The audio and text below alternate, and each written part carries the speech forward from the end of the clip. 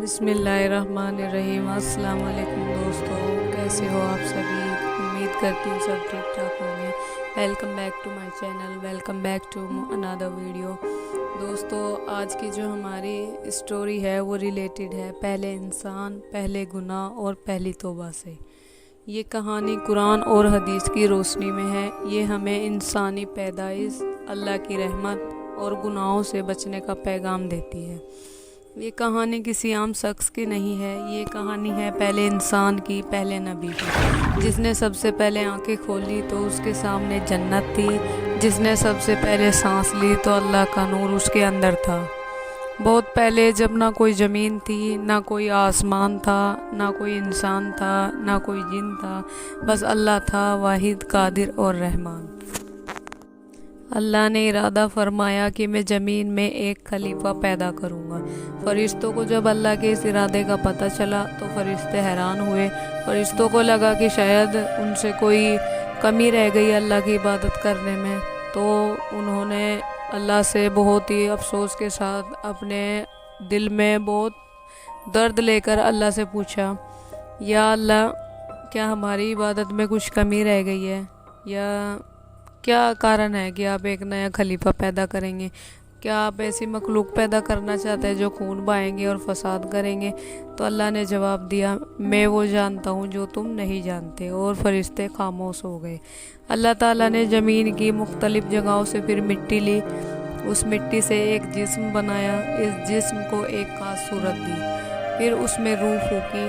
जैसे ही रूह जिस्म में दाखिल हुई, आदम अलैहिस्सलाम ने आंखें खोली, होश में आए और जानदार इंसान बन गए। ये थे हज़रत आदम अलैहिस्सलाम, पहले इंसान और पहले नबी। अल्लाह ने उनको इल्म दिया और चीज़ों के बारे में जानकारी दी, चीज़ों के नाम सिखाए।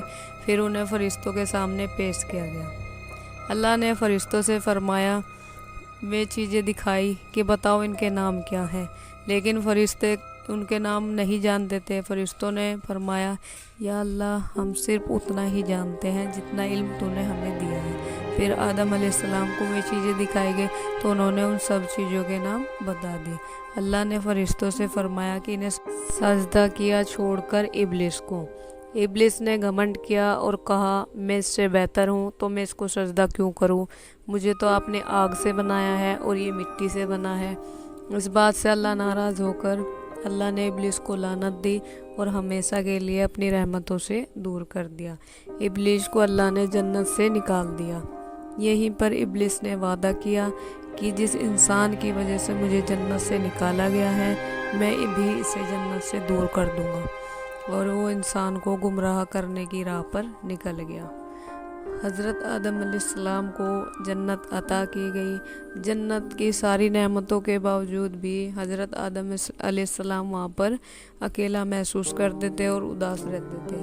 तो उनको अकेला देखकर उनके सुकून के लिए अल्लाह ने उनकी बीवी हज़रत हवा को पैदा किया। दोनों जन्नत में अब मज़े से रहने लगे और तमाम नेमतों का लुत्फ़ उठाने लगे। उनको हुक्म दिया गया था कि तमाम नेमतें जो जन्नत की हैं उनको तुम एंजॉय करो। बस एक दरख्त था, उसके पास जाने से उन्हें मना किया गया।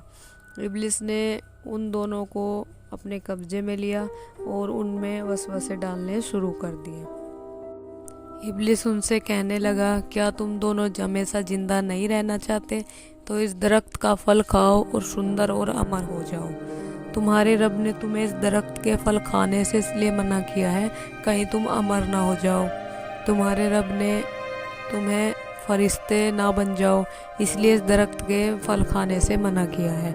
और शैतान ने अपनी चालें पूरी करने के लिए कस्में तक उठाई कि वह उनका खैर खा है। तो शैतान के बहकावे में दोनों आ गए। हज़रत आदम अलैहिस्सलाम और हवा ने उस दरख्त के फल खा लिए। बस वही गलती थी कि सारा कुछ बदल गया। इस गुनाह पर अल्लाह उनसे इतना नाराज़ हो गया कि जन्नत की जो रोशनी उन्हें मिली थी वो उनसे छिन गई। उनके कपड़े उतर गए और नदामत छा गई। यहाँ से मैं इतना टूट गए, मैं दोनों बहुत रोए, गिड़गिड़ाए, अल्लाह से माफ़ी मांगी।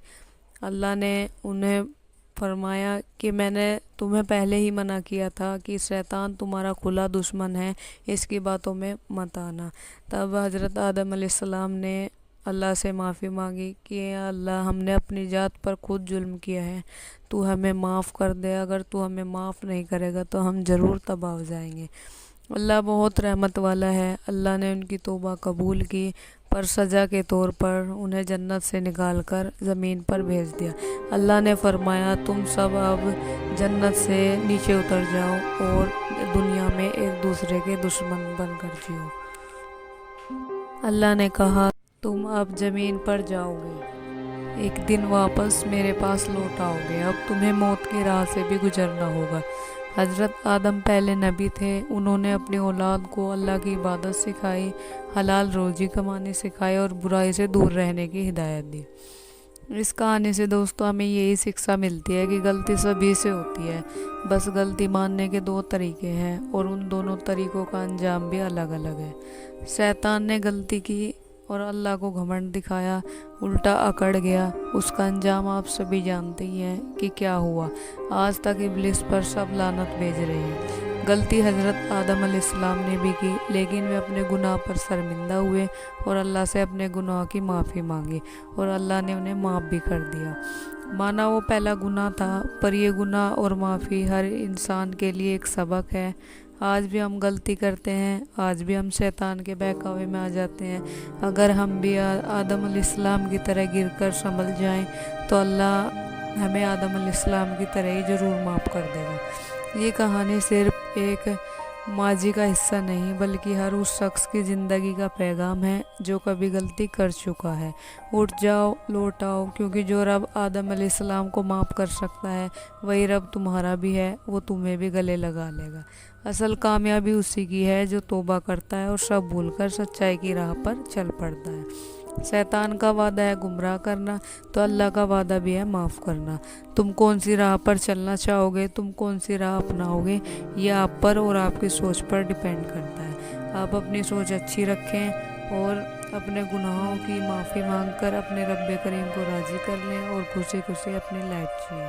امید کرتے ہیں آج کی ویڈیو اچھی لگی ہوگی۔ ایسے ہی مزید ویڈیو کے لیے چینل کو سبسکرائب کریں، ویڈیو کو لائک کریں اور زیادہ سے زیادہ شیئر کریں۔ دعا میں یاد رکھیے گا۔ اللہ حافظ۔ Thanks for watching.